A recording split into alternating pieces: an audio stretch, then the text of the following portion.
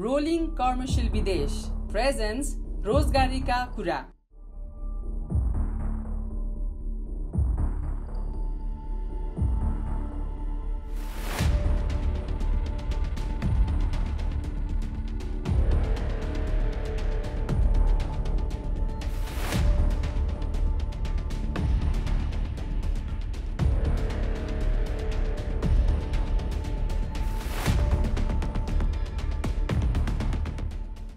नमस्कार। कार्यक्रम रोजगारीका कुरामा यहाँहरूलाई स्वागत छ। म सरोज दाहाल।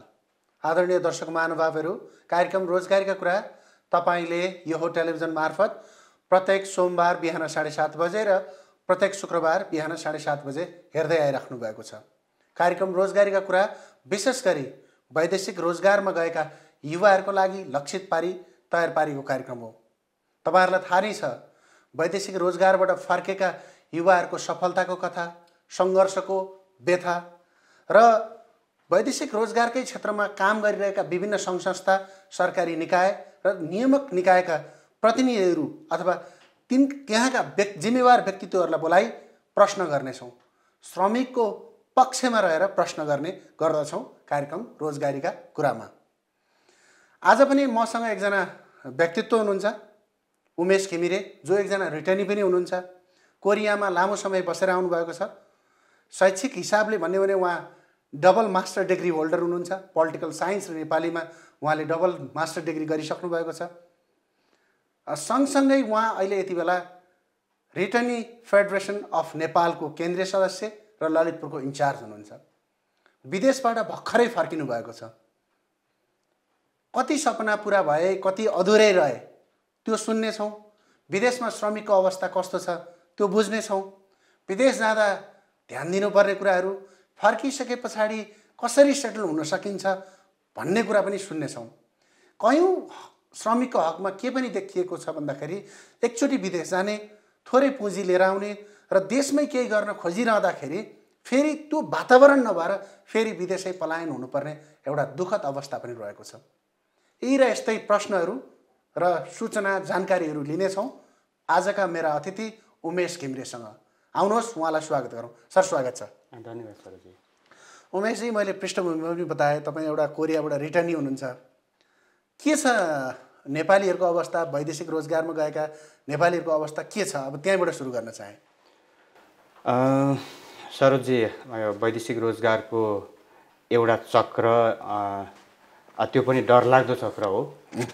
खास गरी हामी यो वा त्यो बहानामा विभिन्न समस्याहरूले गर्दाखेरि स्वदेशमै रोजगारको राम्रो सम्भावना नहुँदाखेरि विभिन्न आर्थिक, सामाजिक, पारिवारिक हरेक समस्याले गर्दा हामी विदेश हिँड्न बाध्य हुन्छौँ।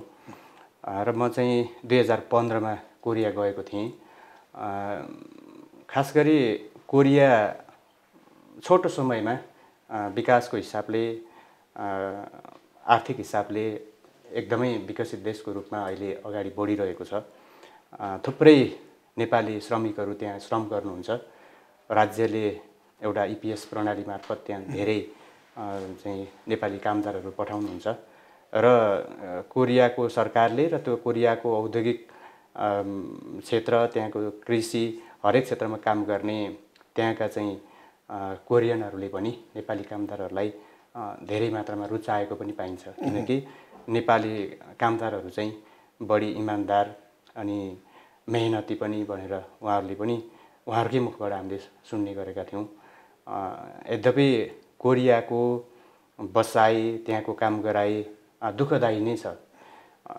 पैसा कमाइको हिसाबले श्रम गर्न गएका हामी नेपालीहरूको लागि अलिकति अर्थोपार्जनका हिसाबले पनि, पारिश्रमिकका हिसाबले पनि राम्रो गन्तव्य मुलुकको रूपमा चिनिन्छ। तथापि त्यहाँ भाषाको समस्या, त्यस पछाडि सम्मानजनक त्यहाँको चाहिँ काम, श्रम गर्ने वातावरणहरूको अभाव, ती कारणहरूले गर्दा दुःख पाउने कुराहरू त धेरै नै छँदैछन्।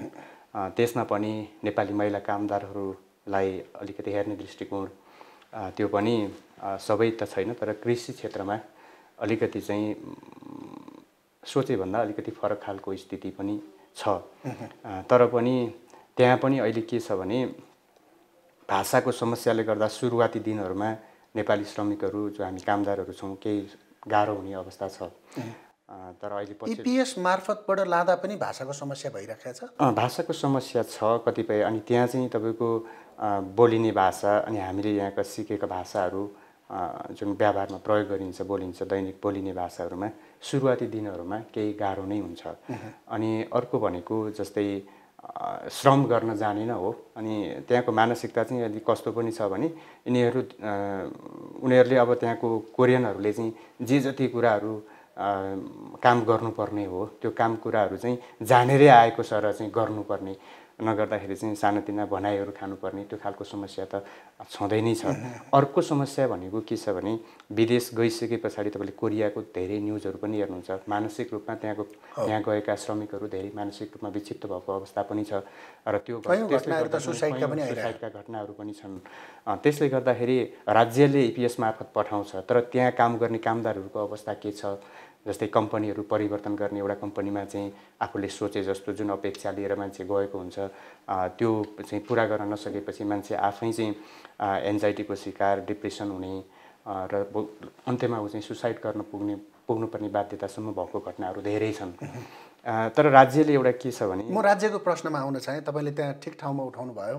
तपाईँ आफै एकजना कोरिया रिटर्नी भएको नाताले देखिँदाखेरि चाहिँ राम्रो अर्थोपार्जन गर्ने मुलुकको रूपमा पनि भन्नुभयो तपाईँले, त्यो साँचो पनि हो। तर सरकारले पोलिसी लेभलमै केही चेन्ज गर्नुपर्ने देख्नुहुन्छ? तपाईँको अनुभवले के भन्छ कि जस्तै यस्ता यस्ता कुराहरू चेन्ज गर्यो भने चाहिँ अब जाने श्रमिकको लागि अति नै उपयोगी हुन्छ, त्यस्ता केही छन्? छ एकदमै सरोजी। जस्तै इपिएस प्रणाली मार्फत हामी राज्यलाई पैसा बुझाएर हामी यहाँ चाहिँ यहाँबाट मोटो रकम बुझाएर हामी जान्छौँ। हामी कोरिया जाने श्रमिकहरूले पनि राज्यलाई पैसा बुझाएरै जाने हो। त्यहाँ पुगिसके पछाडि हामी रेमिट्यान्सको रूपमा देशमा चाहिँ ठुलो हिस्साको रेमिट्यान्स चाहिँ नेपाल भित्रन्छ।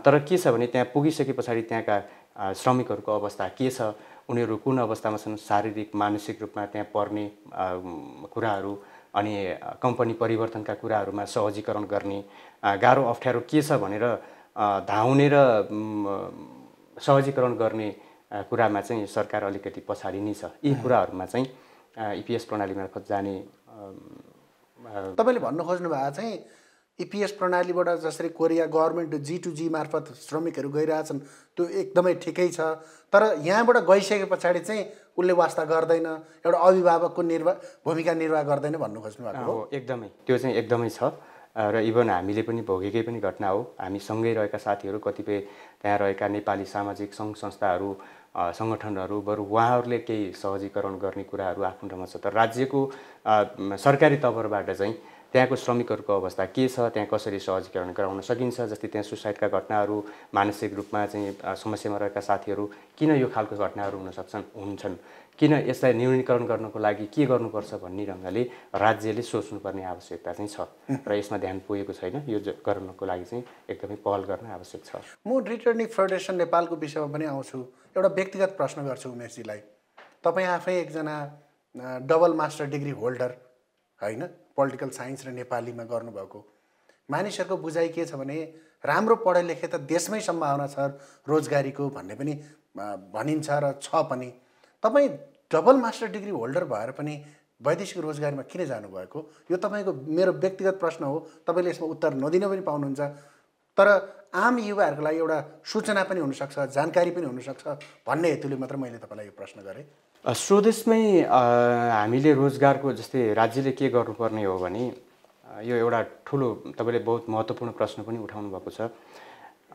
राज्य कहाँनिर चुकिरहेको छ भने अहिले पनि देशबाट दक्ष जनशक्ति, यहाँको प्रविधिसँग चाहिँ काम गर्न सक्ने, देशलाई साँच्चीकै चाहिने जनशक्ति दिनानुदिन बाहिरिरहेको कुरा चाहिँ तपाईँ हामीलाई सर्वविदितै छ। यो जनशक्ति बाहिरिँदाखेरि देशमा कुन खालको असर पर्छ भन्ने कुरामा सम्बन्धित निकायहरू, सरकारी निकायहरू, यहाँको राज्यको ध्यान पुगेको छैन। यसले दीर्घकालीन कस्तो खालको असर गर्छ भन्ने कुरा। म आफू पनि शैक्षिक क्षेत्रमा मास्टर्स गरिसके पछाडि हामी यहाँ स्थापित हुने रोजगारीको एउटा सम्भावना, व्यापार व्यवसायमा लगानी सबै कुराहरू आर्थिक कुराहरू पनि जोड्नुपर्छ यो विषयमा। मैले यो प्रतिनिधि प्रश्न गरेँ है, तपाईँहरू जस्तै शैक्षिक योग्यता भएका धेरै युवाहरू गइरहेका छन्, त्यही भएर मैले यो व्यक्तिगतपट्टि नगएर नि प्रतिनिधि यो त सरोजजी तपाईँको स्वदेशमै हाम्रो देशमै सम्मानजनक रोजगारको वातावरण राज्यले सिर्जना गर्न नसक्नुको एउटा कारण नै हो। त्यसैको शिकार हामी पनि भइयो र त्यही क्रममा म पनि विदेश जान बाध्य भएँ र त्यहाँको केही अनुभव, त्यहाँको केही सिकाइ बुझाएपछि अब स्वदेशमै के गर्नुपर्छ भन्ने एउटा उत्साह, एउटा जाँगरसहित फर्केको छु र अब यही नेपालमै स्वदेशमै हामीले केही गर्नुपर्छ र देशमै हामीले रोजगारको वातावरण बनाउनुपर्छ। हामी उद्यमशील हुनुपर्छ, उत्पादनमा जोडिनुपर्छ। जबसम्म हामी उत्पादनमा जोडिँदैनौँ तबसम्म हामीले सोचेका सपनाहरू पुरा गर्न सक्दैनौँ भन्ने एउटा चाहिँ अथवा देशले पनि फड्को मार्न सक्दैन भन्ने एउटा राम्रो गतिलो सिकाइ। श्रम के हो, पुँजी के हो, श्रम किन गर्नुपर्छ, हामी कसरी धनी हुन सक्छौँ, हामी कसरी सम्पन्न हुन सक्छौँ भन्ने एउटा राम्रो सिकाइ, त्यो एउटा सिकेर पनि फर्किएको छु म। 5 वर्ष, 7 वर्ष, 10 वर्ष विदेश बसिरहँदाखेरि एउटा श्रमिकले के पाउँदो रहेछ अनि के गुमाउँदो रहेछ? धेरै कुरा त उसले पाउने कुरा भन्दा पनि गुमाउने कुरा नै धेरै कुराहरू हुन्छ, धेरै नै हुन्छ। हामी विदेश जाँदाखेरि हाम्रा सामाजिक, आर्थिक, राजनैतिक, पारिवारिक सम्बन्धहरू धेरै टाढा भएका हुन्छन्। धेरै पारिवारिक विखण्डनका कुराहरू पनि हामीले सामाजिक सञ्जालमा हेर्छौँ, देख्छौँ। धेरै मान्छेहरू एउटा सपना बोकेर रेमिट्यान्सको लागि म भोलि विदेशमा गएर श्रम गरेर थोरै पुँजी लिएर आएर म आफ्नो परिवारको उज्जवल भविष्य चाहिँ एउटा बनाउन सक्छु भन्ने एउटा सपना बोकेर मान्छे गएको हुन्छ। हामीले देख्छौँ दैनिक त्यो विप्रेषणसँगै बाकसमा लासहरू देश भित्रिन्छन्। कथा दर्दनाक छ, स्थिति पनि दर्दनाक छ। हाम्रो देशको अर्थतन्त्रको मेरुदण्डको रूपमा लाखौँ प्रवासी श्रमिकहरूले श्रम बगाइरहेका छन्। प्रवासी श्रमिकहरू नै अर्थतन्त्रको पिलर हुन्, तर राज्यले स्वदेशमै स्वरोजगारमूलक कार्यक्रमहरू सञ्चालन गर्न नसक्नु, सम्मानजनक रोजगारको वातावरण बनाउन नसक्नु, त्यस पछाडि विदेशबाट फर्केकाहरूलाई पनि उचित खालको संरक्षण, उनीहरूलाई उत्पादन र उद्यमशील बनाउन नसक्नुको पछाडि धेरै साथीहरू कति फर्कनुहुन्छ, फेरि केही समयको बसाइपछि फेरि विदेश हुन बाध्य हुनुहुन्छ। यो क्रम कहिलेसम्म चलिरहन्छ, यसमा राज्यले नै महत्त्वपूर्ण ध्यान दिनुपर्छ जस्तो मलाई लाग्छ। जस्तै तपाईँले अहिले एउटा महत्त्वपूर्ण विषयको उठान के गर्नुभयो भने सामाजिक विखण्डीकरण सँगसँगै उसले धेरै कुराहरू गुमाउँदै जान्छ। तर अब म रिटर्नी फेडरेसन नेपालतर्फ फर्किन चाहेँ। एउटा श्रमिक विदेशबाट फर्के पछाडि, देशमा फर्के पछाडि ऊ पुनर्स्थापित हुनको लागि, यही समाजमा जोडिनको लागि उसलाई कति सहज छ, कति गाह्रो छ? यो महत्त्वपूर्ण प्रश्न पनि हो सरोजजी र एकदमै सान्दर्भिक पनि छ। म आफै पनि फर्किएको लगभग 1 वर्ष जति भयो। यहाँ पुनर्स्थापित हुने कुरा धेरै गाह्रो कुरा हो। यो खास गरी हामीले विदेशमा केही सिकाइहरू सिकेका छौँ, त्यहाँको विकास, त्यहाँको समृद्धि, त्यहाँका उद्योग कल कारखानाहरू कसरी चल्दा रहेछन्, हामी कसरी साउ हुन सकिँदो रहेछ भन्ने कुरा हामीले त्यहाँ सिक्यौँ, देख्यौँ। त्यो कुरालाई यहाँ कसरी प्रयोग गर्न सकिन्छ र कसरी स्थापित हुन सकिन्छ भन्ने बाटोहरू खोजिरहेका छौँ। तर हामीलाई के छ, यहाँ कसरी स्थापित हुने, हामीले लिएर आएको थोरै पैसालाई चाहिँ यहाँ कहाँ सदुपयोग गर्न सकिन्छ, त्यसको सुरक्षा राज्यले गर्न सकेको छ कि छैन, गर्छ कि गर्दैन। हामीले कमाएर लिएर आएको, दुःख गरेको जुन पसिना छ, त्यसको सुरक्षाको प्रत्याभूति कसरी राज्यले दिन सक्छ, यी कुराहरूले गर्दाखेरि कुनै काम सुरु गरिहाल्न पनि गाह्रो र चुनौतीपूर्ण छ र स्थापित हुने कुरा त झनै चुनौतीपूर्ण नै छ। सामाजिक रूपमा, आर्थिक रूपमा, अनि हामीले जुन विदेश जाँदा एउटा बोकेको सपना फर्केर आइसके पछाडि स्वदेशमा केही गर्छु भन्ने चाहना बोकेर आएका साथीहरूलाई पनि एउटा उत्साह जगाउने र उसलाई पुनर्स्थापित गर्ने र संरक्षण गर्ने कुरामा राज्य र सम्बन्धित निकायहरूको पनि ध्यान पुगेको छैन। तपाईँले अहिले भन्नुभयो नि राज्यको ध्यान पुगेको छैन भनेर, तर तपाईँ एउटा आफ्नै प्राज्ञिक मान्छे पनि हुनुहुन्छ, पढे लेखेकै हुनुहुन्छ, राम्रो ज्ञान र दखल राख्नुहुन्छ। सरकारले प्रत्येकचोटि बजेट निकासा गर्दाखेरि प्रत्येक पोलिटिकल पार्टीको मेनिफेस्टोमा र प्रत्येक नगरपालिका र वडामा के भनिराखेको छ भने वैदेशिक रोजगारबाट फर्केका श्रमिकलाई दिने एउटा ब्याङ्कबाट पाउने लोनदेखि लिएर हरेक सेवा सुविधामा उहाँहरूलाई विशेष प्राथमिकतामा राखिएको छ भनेर त भनिराखेको छ। तपाईँले फेरि बडो कन्ट्रोभर्सियल कुरा उठाउनु भयो। यो त एउटा तपाईँले अपडेट नभएर कि राज्यको पोलिसी बुझ्नु भएन कि? होइन, नेपालको संविधानको धारा 51मा पनि विदेशबाट फर्किएका श्रमिकहरूको ज्ञान, सिप र पुँजीको भरपुर प्रयोग गर्ने भन्ने कुराहरू र उनीहरूको चाहिँ श्रमिकहरूको विषयवस्तुलाई त्यहाँ जोडिएको भए पनि यो कार्यान्वयन हुन सकेको अवस्था छैन। सबै राजनीतिक दलका घोषणापत्रहरू अनि राज्यले पनि एउटा राजनीतिक एउटा नाराको रूपमा मात्रै ल्याएको पाइन्छ। वास्तवमा ठुलो मोटो रकम चाहिँ खर्च गरेर विदेश जानेहरूको डाटा वार्षिक प्रतिवेदनहरू तयार पारिन्छ, तर फर्केर आएका श्रमिकहरूको अवस्था के छ, ती श्रमिकहरूले विदेशबाट आएका रिटर्नीहरूको अवस्था के छ, उनीहरू कसरी बसिरहेका छन्, के गर्दैछन् भन्ने कुराको यसको केही पनि हिसाब किताब राज्यसँग छैन। म आफै पनि रिटर्नी भएको हैसियतले यहाँ कुनै व्यवसायहरू के गर्न सकिन्छ भन्ने योजना छनौटको चरणमा छु। मैले एक दुईवटा बैङ्कसँग पनि सफ्ट लोनको कुराहरू पनि मैले गरेँ, तर त्यो एउटा देखाउने कुरा मात्रै हो। सहज रूपमा पाउन सक्ने र पाइने कुराहरू भनेको त्यो व्यवहार त छैन। त्यसले सफ्ट लोनको कुराहरू 2% सम्मका ब्याजका कुराहरू छन्, अनुदानका कुराहरू छन्। स्थानीय सरकारले त झन् प्रमोटै गर्ने, रिटर्निजहरूको ज्ञान र सिपलाई प्रमोट गर्ने, उहाँहरूले उहाँबाट सिकेर आएका कुराहरूलाई इम्प्लिमेसन गर्ने भनिराखेको छ। यो सबै भन्ने नारा मात्रै छ, व्यवहार त लागू छैन।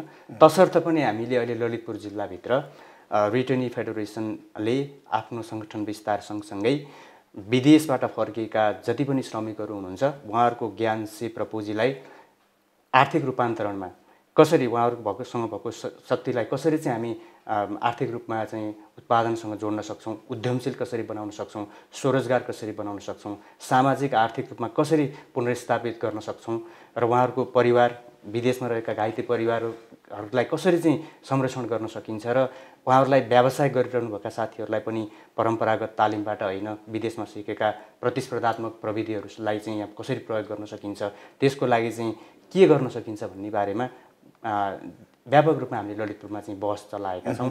धेरै रिटर्नी साथीहरू अहिले हाम्रो चाहिँ नेटवर्कमा आइनु भएको छ, फेडरेसनमा जोडिनु भएको छ। हामीले ललितपुर जिल्लाभित्र अहिले विदेशबाट फर्कने साथीहरूको चाहिँ एउटा क्लस्टर हामी तयार पार्दैछौँ। तथ्याङ्क सङ्कलन गर्ने अभियानमा पनि छौँ। एकै सोच, एउटै विचार अनि सिप र ज्ञान भएका साथीहरूको बाट चाहिँ कसरी हामीले उद्योग, कृषि, कुन क्षेत्रमा कसरी लगानी गरेर चाहिँ हामी उद्यमशील र स्वरोजगार हुन सक्छौँ, हामी फेरि बाहिर जानुपर्ने अवस्थाबाट कसरी मुक्त हुन सक्छौँ भन्ने एउटा बहस चलाएका छौँ। त्यो बहसमा धेरै साथीहरू जोडिनु भएको छ। हामीले अब ललितपुरको स्थानीय तहदेखि, वडा तहदेखि नै जिल्लाभरि नै त्यहाँको सरकारी निकाय, त्यस पछाडि स्थानीय सरकार, प्रदेश सरकार र राज्यलाई चाहिँ कसरी घचघच्याउन सकिन्छ। सफ्ट लोनको कुरा यहाँले उठाउनु भयो। सफ्ट लोन चाहिँ कसरी त्यो सामान्य एउटा रिटर्नीको पहुँचमा कसरी पुर्याउन सकिन्छ, त्यसको एउटा सरकारी नारा न छ। सरकारले लिएर आएका त्यसले अर्कैले हालिमुहाली गरिरहेको छ। त्यसमा यो वास्तविक जो हो, जसले पाउनुपर्ने उसले पाइरहेको छैन, सम्बन्धित ठाउँमा चाहिँ पुग्नुपर्ने हो, त्यो पुगेको अवस्था छैन। म आफै पनि धाइरहेको छु, तर उपलब्धि केही पनि छैन। मैले अघि नै भनिहालेँ। तसर्थ हामी जो रिटर्नी साथीहरू छौँ, सङ्गठित भएर राज्यको ध्यान आकृष्ट गर्नको लागि, रिटर्नीहरूलाई यहीँ स्थापित गर्नको लागि, पुनर्स्थापित गर्नको लागि अब उहाँहरूलाई उद्यमशीलतासँग जोडेर हामी विकासमा लाग्नुपर्छ र आफू समृद्ध हुनुपर्छ र सधैँ विदेश जानुपर्ने चक्रबाट हामी मुक्त हुनुपर्छ भन्ने अभियानमा हामी लागिरहेका छौँ। अहिले रिटर्नीहरूसँग तपाईँ दिनदिनै सम्पर्कमा हुनुहुन्छ। महिला, पुरुष, युवाहरू तपाईँकै नेटवर्कमा जोडिराख्नु भएको छ। रिटर्नी फेडरेसनको नामको जो संस्था छ उसमा आबद्ध भइराख्नु भएको छ। उहाँहरूको यहाँको ग्राउन्डको अनुभव के छ, उहाँहरू के भन्नुहुन्छ, उहाँहरूको फरक अनुभव होला। उहाँहरूको यो यहाँ अहिले व्यवसाय गर्न, काम गर्न, रोजगारी गर्न अथवा समाजमा पुनर्स्थापित हुनमा उहाँहरूको अनुभव के पाउनु भएको छ तपाईँले? धेरै साथीहरू जो अहिले विदेशबाट फर्केर आउनुभएका साथीहरू थोरै पुँजी लगानी गरेर व्यवसाय गरिराख्नु भएको छ, उहाँहरूसँग पनि हामीले अनुभवहरू साटासाट गरिरहेका छौँ। उहाँहरूसँग पनि बहस गरिरहेका छौँ, कुराकानी गरिरहेका छौँ। धेरै साथीहरूलाई केही पुँजीकै आवश्यक परिरहेको छ, सफ्ट लोनहरूको आवश्यकता परिरहेको छ, पाउन सक्ने अवस्था छैन। अर्को भनेको यहाँको प्रविधि र विदेशमा सिकेको प्रविधिभन्दा परम्परागत प्रविधिलाई पुनर्स्थापित गर्ने कुरा छ। उहाँहरूलाई आवश्यक तालिमहरूको व्यवस्थापन गर्नुपर्ने छ, उहाँहरूको लगानीको सुरक्षा गर्नुपर्ने कुराहरू छ। यी धेरै कुराहरूले गर्दाखेरि उहाँहरूलाई पनि एडजस्ट हुनको लागि स्थापित हुने कुराहरूमा धेरै गाह्रो भएको गुनासोहरू हामी बिच म आफूसँग पनि प्रत्यक्ष रूपमा राख्नुभएको छ। यसलाई कसरी चाहिँ हामीले सबल, सक्षम र अब्बल रिटर्नी व्यवसाय एउटा नमुना चाहिँ व्यावसायिक रूपमा कसरी स्थापित गर्न सकिन्छ, उहाँहरूको पेसा व्यवसायलाई कसरी चाहिँ संरक्षण गर्न सकिन्छ भन्ने बारेमा उहाँहरूसँग पनि हामीले सामूहिक रूपमा छलफल गरेर सम्बन्धित निकायसम्म पुर्याउने र ललितपुरभित्र रहेका जति पनि रिटर्नी साथीहरू हुनुहुन्छ उहाँहरूले विभिन्न देशमा गएर विभिन्न सिपहरू सिकेर आउनुभएको छ। ती सिप सिकेका साथीहरूलाई हामीले यहीँ नै सामूहिक रूपमा रोजगारहरू चाहिँ को अवस्थाहरू सिर्जना गर्ने, उहाँ सिकेर आएका कुराहरूलाई सदुपयोग गर्ने र फेरि पनि बाहिर जानुपर्ने अवस्थाबाट मुक्त बनाउने र बाहिर जाने जुन चक्र छ त्यसलाई पनि रोक्ने अभियानमा चाहिँ हामी लागिरहेका छौँ। अब तपाईँले अहिले भन्नुभयो एउटा अभियानलाई चलाइराख्नु भएको छ, बाहिर जान नपरोस् भनेर चाहिँ एउटा यहीँ नै केही रोजगारी सिर्जना गर्न सकियो भने केही युवाहरूलाई यहीँ रोक्न सकिन्छ। तर सत्य र तथ्य के हो भने अझै पनि केही वर्ष युवा वैदेशिक रोजगारमा जानुपर्ने नै अवस्था देखिन्छ। यहाँको वातावरण नै त्यो देखिन्छ। विदेश जानै पर्यो भने एउटा श्रमिक विदेश जानुपर्ने अथवा एउटा युवा विदेश जानु पर्यो भने उसले के कुरामा ध्यान दिनुपर्छ? पहिलो कुरो त विदेश जानुभन्दा पहिला हामीले त्यो देशको हाम्रो देशको सरकारले त्यो देशसँग चाहिँ सम्झौता गरेको छ कि छैन, हामी कुन तरिकाले जाँदैछौँ, अब सम्झौता गरेर हामी जाँदैछौँ कि एउटा कानुनी प्रक्रिया पुर्याएर जाँदैछौँ कि त्यो देशको चाहिँ श्रमिकहरूको अवस्था के छ, त्यहाँको चाहिँ गएर चाहिँ हामीले गर्ने सिप के हो, हामीले जानेको कुराहरू त्यहाँ चाहिँ प्रयोग गर्न सकिन्छ कि सकिँदैन, ती लगायतका पूर्व तयारीहरू त आफूले गर्नु नै परि नै हाल्यो। अन्धाधुन्दा केही थाहा नभइकन चाहिँ विदेश जाने कुरा पनि गाह्रो कुरा हो। गइसकेपछि धेरै साथीहरू अलपत्र पर्नुभएको छ। राज्यले यहाँबाट पठाउँछ तर पठाएका पनि कतिपय साथीहरू अझै पनि अलपत्र हुनुभएको छ। त्यसको उद्धारको लागि पनि खासै केही भएको छैन। त्यहाँ हुने शारीरिक मानसिक पीडाहरू धेरै कुराहरू छ। तीबाट चाहिँ हामी हेरेर देखेर पनि त्यहाँ गइसकेपछि भोलि दुःख नपाऊँ भन्ने खालको पूर्व तयारीहरू चाहिँ सूचनाहरू जानकारीहरू पर्याप्त मात्रामा जानकारीहरू लिएर चाहिँ वैदेशिक रोजगारमा जानु नै उपयुक्त हुन्छ। विदेशमा काम गरिरहेको एउटा श्रमिक 2 वर्ष 5 वर्ष 7 वर्ष बसिसके पछाडि ऊ नेपाल फर्किँदाखेरि उसले एउटा ज्ञान र सिप त लिएर आउला, थोरै पुँजी पनि लिएर आउला, तर ऊ मेन्टल्ली कुन लेभलमा तयारी भएर आउनुपर्छ देशमै काम गरेर खाने वातावरण सिर्जनाका लागि? तपाईँको अनुभव के छ? पहिलो कुरो त विदेशमा श्रम गरिसके पछाडि त्यहाँको धेरै दुःख र धेरै भोगाइ उसँग हुन्छ। त्यो दुःख र भोगाइसँगै उसले थोरै पैसाहरू लिएर आएको हुन्छ। आउनुभन्दा अगाडि एउटा आत्मबल चाहिँ बनाउनु पर्ने हुन्छ त्यहाँको भोगाइ र त्यहाँको सिकाइबाट। म स्वदेशमै यो क्षेत्रमा म काम गर्न सक्छु, मैले कमाएको पुँजी चाहिँ त्यहाँ लगानी गर्यो भने म सुरक्षित हुन सक्छु र दरो आत्मबलका साथ जति सङ्घर्ष गर्नु परे पनि स्वदेशमै गर्नुपर्छ भन्ने पहिलो कुरो त आत्मबल नै सबभन्दा ठुलो कुरा हो।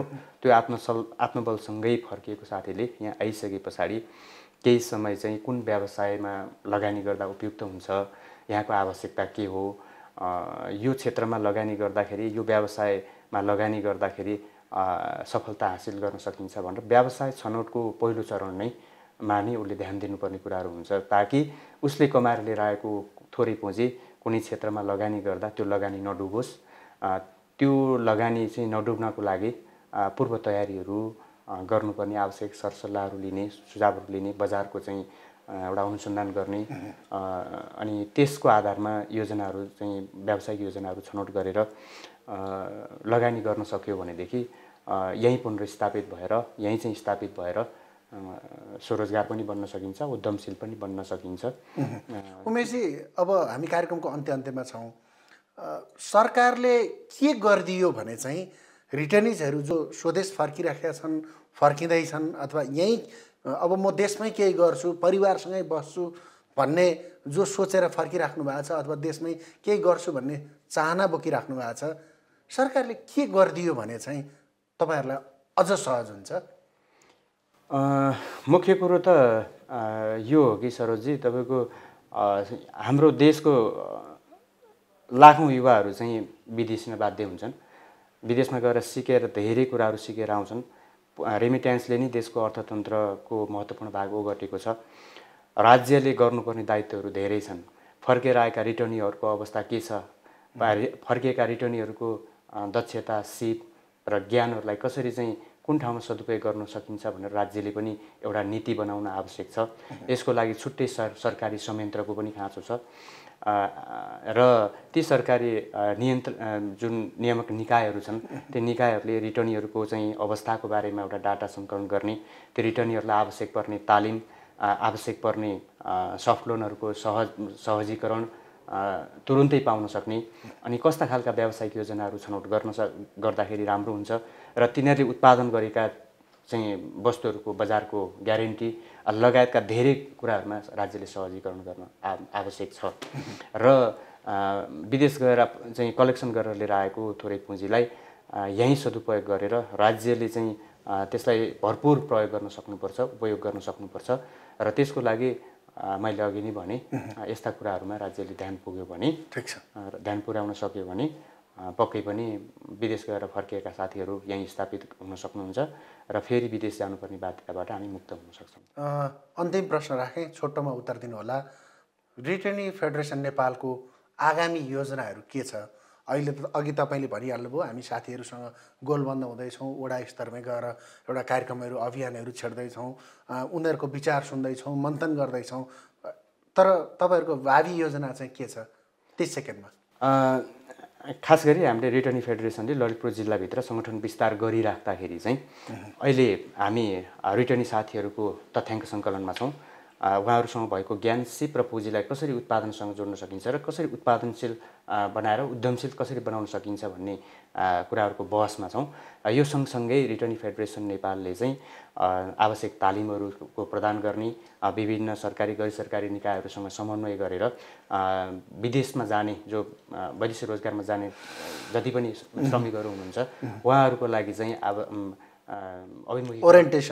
अभिमुखीकरण तालिमहरू चाहिँ प्रदान गर्ने, त्यस्तै रिटर्नीहरूको व्यवसाय जो साथीहरूले लगानी गरिराख्नु भएको छ उहाँहरूको लगानीलाई कसरी सुरक्षित गर्न सकिन्छ, उहाँहरूलाई के समस्या छ, के चुनौती छ, उहाँहरूको बिचमा जाने, छलफल गर्ने, यही नै कामहरू अहिले प्रारम्भिक चरणमा हामीले गरिरहेका छौँ।